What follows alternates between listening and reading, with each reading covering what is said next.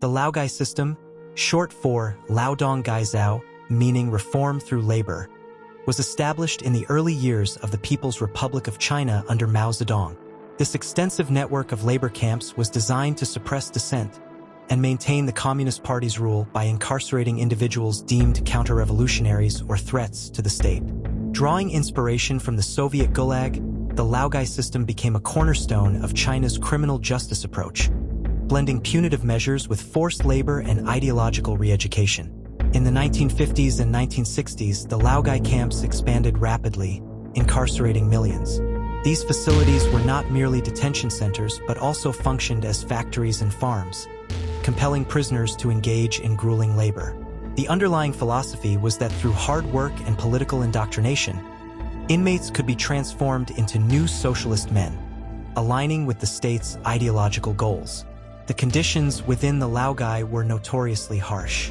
Prisoners faced long hours of manual labor, inadequate nutrition, and exposure to hazardous environments without proper protection. Reports indicate that inmates mined asbestos, handled battery acid, and tanned hides while standing in chemical vats, leading to severe health issues and, in many cases, death. Beyond the physical toll, the psychological impact was profound. Continuous political indoctrination sessions aimed to break down individual beliefs and instill unwavering loyalty to the Communist Party. This relentless mental conditioning sought to eradicate any remnants of dissenting thought, ensuring that prisoners, upon release, would conform to the state's ideology. The Laogai system also played a significant economic role. The forced labor extracted from prisoners contributed to various industries, producing goods ranging from agricultural products to industrial machinery. This effectively provided the state with a vast, unpaid workforce, bolstering economic output while suppressing labor costs. Internationally, concerns arose regarding products manufactured in the Laogai entering global markets. Despite China's assurances, evidence suggested that goods produced through forced labor were exported, leading to ethical debates and calls for stricter import regulations to prevent such products from reaching consumers worldwide. In 1994, facing mounting international criticism, China rebranded the Laogai camps as prisons. However, this change was largely superficial. The fundamental practices of forced labor and political indoctrination persisted, indicating that the system's core objectives remained unchanged despite the new nomenclature. The Laogai's existence was shrouded in secrecy, with limited information available to the outside world.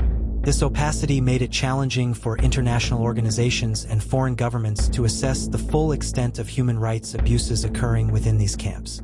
Efforts to investigate were often met with resistance, further obscuring the reality of the situation. Survivors of the Laogai have provided harrowing accounts of their experiences. One notable figure, Harry Wu, spent 19 years in these camps for criticizing the government as a young college student.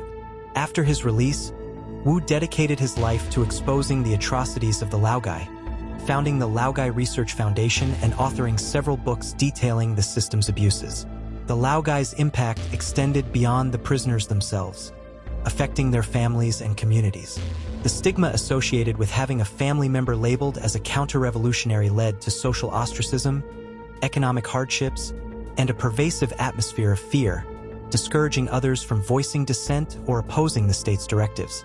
Throughout its existence, the Laogai system adapted to the changing political landscape.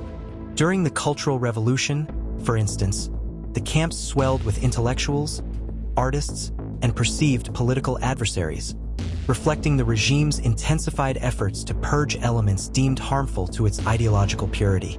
The economic reforms of the late 20th century introduced new dynamics to the Laogai.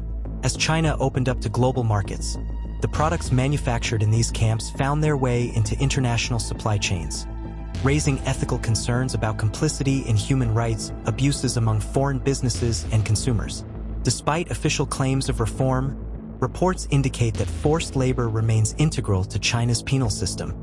Investigations have uncovered instances where prisoners are compelled to work under deplorable conditions, producing goods that may end up in domestic and international markets, highlighting the ongoing challenges in eradicating such practices.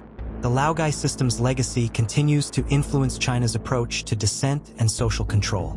Modern iterations, such as community correction centers, have emerged, ostensibly focusing on rehabilitation but often perpetuating the same principles of forced labor and ideological re-education under different guises. International human rights organizations have persistently called for transparency and the abolition of forced labor in China. These groups advocate for the rights of prisoners, demand access to detention facilities for independent observers, and urge the global community to hold China accountable for ongoing human rights violations. The Laogai's existence has also sparked discussions about the ethical responsibilities of global consumers. Awareness campaigns aim to inform the public about the origins of products and encourage ethical consumption practices to avoid inadvertently supporting systems that exploit forced labor. Efforts to document and memorialize the victims of the Laogai have led to the establishment of museums and educational programs. These initiatives seek to preserve the history of the Laogai, honor the resilience of survivors, and educate future generations about the dangers of unchecked state power and the importance of human rights. The Laogai system serves as a stark reminder of the lengths to which authoritarian regimes may go to maintain control. It underscores the critical need for vigilance in protecting individual freedoms and the rule of law to prevent the recurrence of such oppressive systems. The Laogai system was not merely a tool of punishment, but a fundamental aspect of China's economic and political strategy.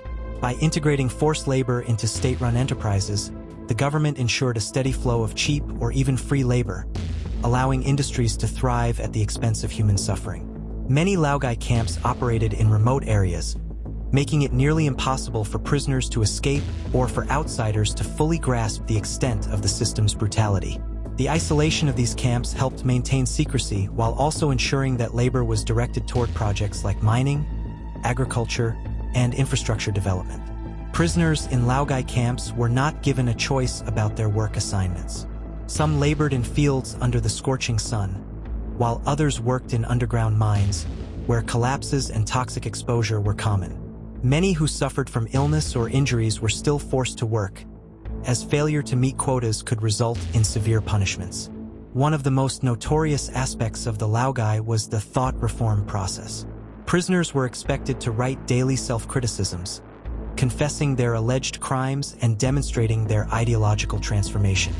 Those who resisted were subjected to additional physical and psychological torment until they complied.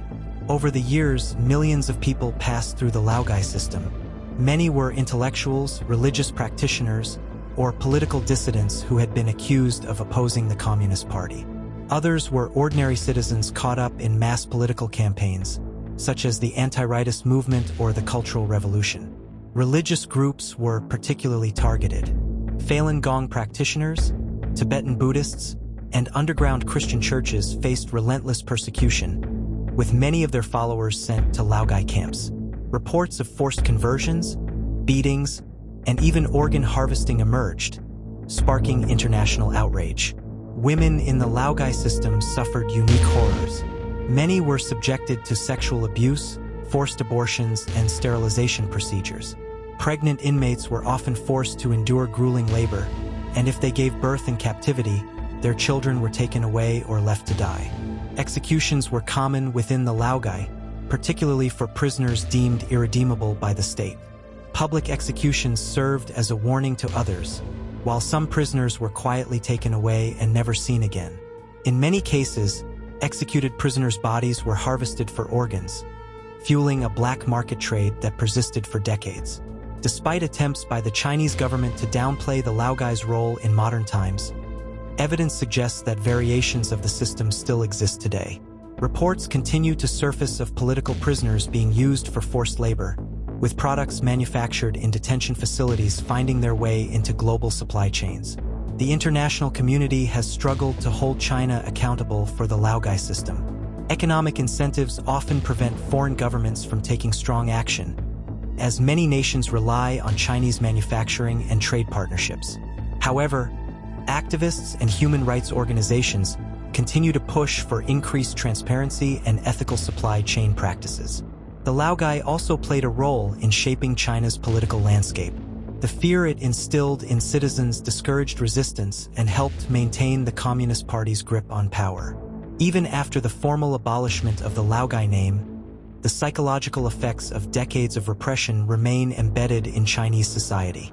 Some former Laogai prisoners have managed to flee China and share their stories with the world.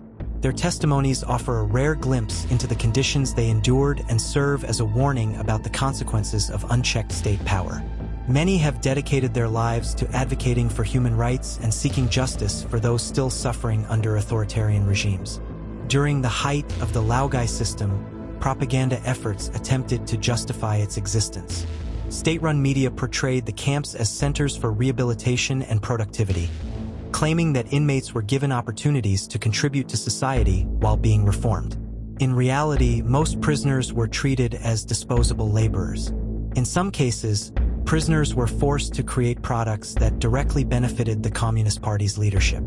Luxury goods, handcrafted items, and specialized equipment were often produced under brutal conditions, with the best quality products reserved for the elite. While economic progress has transformed China over the past few decades, the fundamental principles behind the Laogai persist. The state's ability to silence dissent and exploit marginalized groups for labor remains a crucial aspect of its governance. Comparisons between the Laogai and other historical forced labor systems, such as Nazi concentration camps and the Soviet Gulag, reveal disturbing similarities. Each of these systems relied on dehumanization, forced labor, and ideological indoctrination to maintain control. One of the most chilling aspects of the Laogai was its ability to turn prisoners against each other. Informants were rewarded for reporting on fellow inmates, leading to a culture of distrust and paranoia. Many prisoners fabricated confessions about others in the desperate hope of receiving better treatment. Even after release, former Laogai prisoners faced immense challenges. Many were permanently marked as criminals, making it difficult to find work or reintegrate into society. Some remained under state surveillance for years, with authorities monitoring their activities and restricting their freedoms. Despite attempts to erase the history of the Laogai, evidence of its atrocities continues to surface. Researchers and historians have uncovered documents, survivor testimonies, and satellite images that contradict official Chinese narratives about the system's closure. In some regions, former Laogai camps have been repurposed into industrial zones or agricultural sites, further obscuring their dark past. Local governments often resist efforts to investigate these sites, fearing political repercussions. The Laogai serves as a grim reminder that forced labor and mass incarceration can be used as tools of oppression in modern times. Even as the world condemns such practices, similar systems continue to operate in various countries, often under different names. Global corporations have also been implicated in profiting from forced labor. Investigations have revealed that products made in Chinese detention facilities have ended up in international markets, raising ethical concerns for companies that fail to properly audit their supply chains. Some Western countries have attempted to introduce legislation banning imports linked to forced labor. However, enforcing such measures remains a challenge, as supply chains are often deliberately opaque to avoid scrutiny. Activists continue to call for greater accountability and consumer awareness regarding forced labor. Campaigns encouraging ethical shopping habits and corporate responsibility have gained traction, but the fight against exploitative labor practices remains an uphill battle. The internet has played a crucial role in exposing modern forms of forced labor, including remnants of the Laogai system. Leaked videos, whistleblower accounts, and satellite surveillance have provided undeniable evidence of ongoing abuses. Despite these revelations, the Chinese government continues to deny allegations of forced labor, dismissing them as foreign propaganda. Official statements insist that prisoners are treated humanely and that labor programs are voluntary, contradicting the testimonies of survivors. The struggle to document and expose the Laogai system's history has been met with censorship. In China, discussing the Laogai remains a sensitive topic, and efforts to spread awareness are often suppressed by authorities. Some ex-prisoners have risked their lives to smuggle documents, photos, and recordings out of China. These materials serve as crucial pieces of evidence in understanding the full scope of the Laogai's impact. The Chinese Communist Party has a vested interest in keeping the details of the Laogai hidden. Acknowledging its scale and brutality would undermine the party's legitimacy and raise questions about the moral foundation of its rule. For those who survived the Laogai, the scars remain both physical and psychological. Many suffer from chronic health conditions caused by years of malnutrition, hard labor, and exposure to hazardous environments. Efforts to seek justice for Laogai victims have been largely unsuccessful. With China's legal system under strict government control, there is little opportunity for former prisoners to demand reparations or accountability. Despite the lack of formal justice, survivors continue to share their stories in the hope that history will not repeat itself. Their testimonies serve as warnings about the dangers of unchecked political power and the ease with which human rights can be stripped away. The Laogai's legacy will continue to be debated for years to come. Whether its full history is ever acknowledged within China depends on future political shifts and the ability of activists to keep the truth alive. For now, the Laogai remains one of the darkest chapters in modern history, a testament to the horrors that arise when labor, ideology, and authoritarian rule intertwine. Comparisons between the Laogai and other historical forced labor systems, such as the Soviet Gulag, highlight common patterns of repression. These parallels offer valuable insights into the mechanisms of state control and the universal importance of safeguarding human rights across different cultural and political contexts.